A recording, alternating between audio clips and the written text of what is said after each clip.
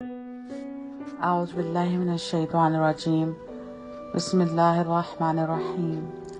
اللہم صلی علی محمد وآل محمد۔ امیر المؤمنین علی ابن ابی طالب علیہ الصلوۃ والسلام فرماتے ہیں، نہ اسے بیک وقت ایک نعمت کا دینا دوسری نعمت کے چھین لینے سے مانع ہوتا ہے، اور نہ غضب کے شرارے رحمت کے فیضان سے اسے روکتے ہیں، اور نہ لطف و کرم اسے تنبیہ و عقاب سے غافل کرتا ہے۔ اس کی ذات کی پوشیدگی اور اس کے آثار کی جلوہ پاشیوں پر نقاب نہیں ڈالتی، اور نہ آثار کی جلوہ ترازیاں اس کی ذات سے پوشیدگی کو الگ کر سکتی ہیں۔ وہ قریب پھر بھی دور ہے، اور بلند مگر نزدیک ہے۔ وہ ظاہر مگر اس کے ساتھ باطن، وہ پوشیدہ مگر آشکارا ہے۔ وہ جزا دیتا ہے مگر اسے جزا نہیں دی جا سکتی۔ اس نے خلقت کائنات کو سوچ سوچ کر ایجاد نہیں کیا، اور نہ تکان کی وجہ سے ان سے مدد لینے کا محتاج ہے۔ اے اللہ کے بندو، میں تمہیں خوف خدا کی نصیحت کرتا ہوں، کیونکہ یہ سعادت کی باغ دوڑ اور دین کا مضبوط سہارا ہے۔ اس کے بندنوں سے وابستہ رہو اور اس کی حقیقتوں کو مضبوطی سے پکڑ لو کہ یہ تمہیں آسائش کی جگہوں، آسودگی کے گھروں، حفاظت کے قلعوں اور عزت کی منزلوں میں پہنچائے گی۔ جس دن کی آنکھیں خوف کی وجہ سے پھٹی کی پھٹی رہ جائیں گی، ہر طرف اندھیرا ہی اندھیرا ہوگا، 10 مہینے کی گھابن اونچنیاں بیکار کر دی جائیں گی، اور سور پھونکا جائے گا تو ہر جان بدن سے نکل جائے گی، زبانیں گونگی ہو جائیں گی، اور بلند پہاڑ اور مضبوط چٹانیں ریزہ ریزہ ہو جائیں گی، اور سخت پتھر آپس میں ٹکرا کر چمکتے ہوئے سراب کی طرح ہو جائیں گے، اور جہاں آبادیاں اور فلک بوس عمارتیں تھیں، وہ جگہیں ہموار میدان کی صورت میں ہو جائیں گی۔ اس موقع پر نہ کوئی سفارش کرنے والا ہوگا جو سفارش کرے، نہ کوئی عزیز ہوگا جو اس عذاب کی روک تھام کرے، نہ عذر و معذرت پیش کی جا سکے گی کہ کچھ فائدہ بخشے۔ ایک اور خطبہ میں امیر المؤمنین علی ابن ابی طالب علیہ الصلوۃ والسلام فرماتے ہیں، اللہ نے اپنے رسول صلی اللہ علیہ وآلہ وسلم کو اس وقت مبعوث کیا جبکہ ہدایت کی کوئی نشان باقی نہ رہا تھا،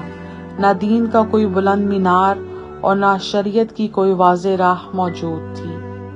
اے اللہ کے بندو، میں تمہیں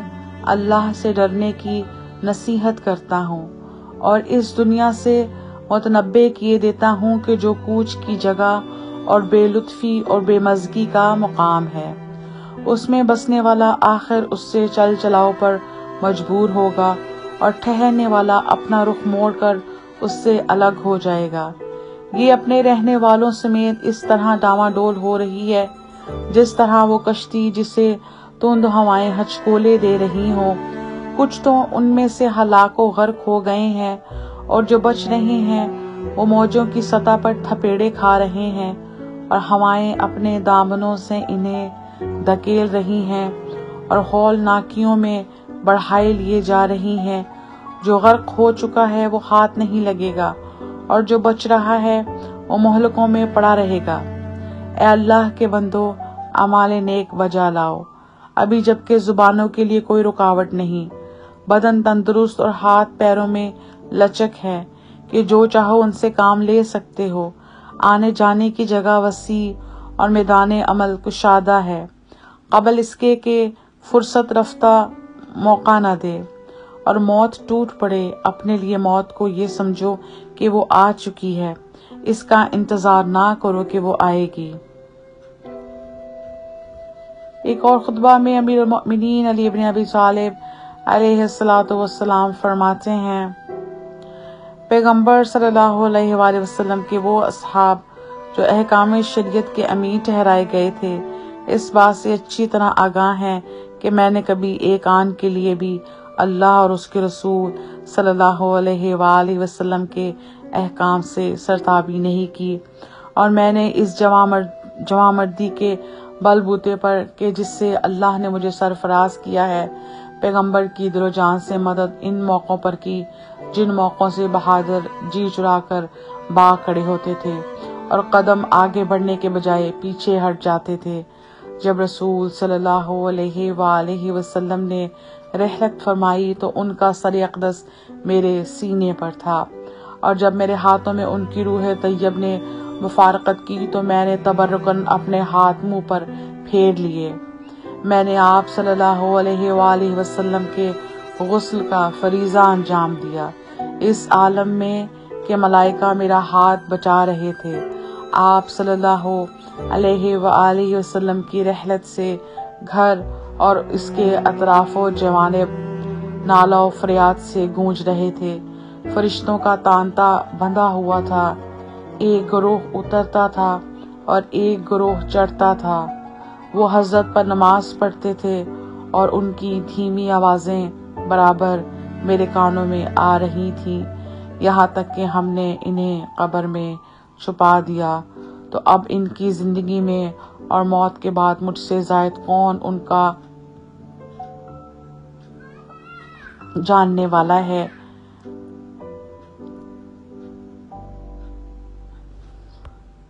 تو تم بصیرت کے جلوں میں دشمن سے جہاد کرنے کے لیے صدق نیت سے بڑھو، اس ذات کی قسم کہ جس کے علاوہ کوئی معبود نہیں، بلا شبہ میں جادہ حق پر ہوں۔ ایک اور خطبہ میں امیر المؤمنین علی ابن ابی طالب علیہ السلام فرماتے ہیں، وہ خداوند عالم بیابانوں میں جو پایوں کے نالے سنتا ہے، تنہائیوں میں بندوں کے گناہوں سے آگاہ ہے، اور اٹھاہ دریاؤں میں مچھلیوں کی آمد و شد اور تند ہواؤں کے ٹکراؤ سے پانی کے تھپیڑوں کو جانتا ہے۔ میں گواہی دیتا ہوں کہ محمد صلی اللہ علیہ وآلہ وسلم اللہ کے برگزیدہ، اس کی وحی کے ترجمان اور رحمت کے پیغمبر ہیں۔ میں تمہیں اس اللہ سے ڈرنے کی نصیحت کرتا ہوں کہ جس نے تمہیں پیدا کیا اور جس کی طرف تمہیں پلٹنا ہے، وہی تمہاری کامرانیوں کا ذریعہ اور تمہاری آرزوؤں کی منزل منتہا ہے۔ تمہاری راہ حق اسی کی طرف پلٹتی ہے، اور وہی خوف و ہراس کے وقت تمہارے لیے پناہ گاہ ہے۔ دل میں اللہ کا خوف رکھو، کیونکہ یہ تمہارے دلوں کے روگ کا چارہ، فکر و شعور کی تاریکیوں کے لیے اجالا، جسموں کی بیماریوں کے لیے شفا، سینے کی تباہ کاریوں کے لیے اصلاح، نفس کی کثافتوں کے لیے پاکیزگی، آنکھوں کی تیرگی کے لیے جلا، دل کی دہشت کے لیے ڈھارس، اور جہالت کی اندھیاریوں کے لیے روشنی ہے۔ صرف ظاہری طور پر اللہ کی اطاعت کا جامہ نہ اوڑھ لو، بلکہ اسے اپنا اندرونی پہناوا بناؤ۔ نہ صرف اندرونی پہناوا بلکہ ایسا کرو کہ وہ تمہارے باطن میں اتر جائے اور پسلیوں کے اندر دل میں رچ بس جائے۔ اللہم صلی علی محمد وآل محمد وعجل فرجہم۔